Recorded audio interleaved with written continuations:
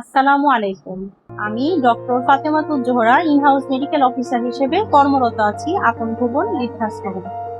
আমাদের এখানে পরিবারহীন, সন্তানহীন, নিঃস্ব মায়েরা যারা দীর্ঘদিন রাস্তায় পড়েছিলেন, ওইসব মায়েদের নিয়ে আমরা কাজ করে থাকি। আমাদের এখানে অনেক মা আছে, তাদেরই মধ্যে একজন মা হচ্ছে আমাদের এই আনোয়ারা মা।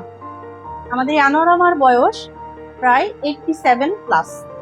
আমাদের এই আনোয়ারা মায়ের বিভিন্ন ধরনের ফিজিক্যাল প্রবলেম আছে, তার মধ্যে hyper tension, chronic kidney disease, severe allergic reaction of the body সহ, ইনসোমনিয়া, বডি এক, অস্টিওআর্থ্রাইটিস সহ আরো অন্যান্য ধরনের প্রবলেমগুলো আছে।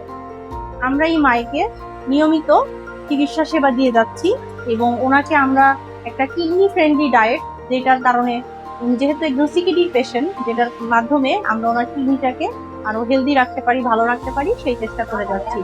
এছাড়া রেগুলার ওনার সিমটম অনুযায়ী ওষুধ পাচ্ছে, এছাড়া কাউন্সিলিং পাচ্ছে। এভাবেই আমরা চেষ্টা করে থাকি আমাদের এই মায়েদের মুখে হাসি ফোটানোর জন্য, একটা সুন্দর স্বাভাবিক জীবন দেওয়ার জন্য। ধন্যবাদ সবাইকে।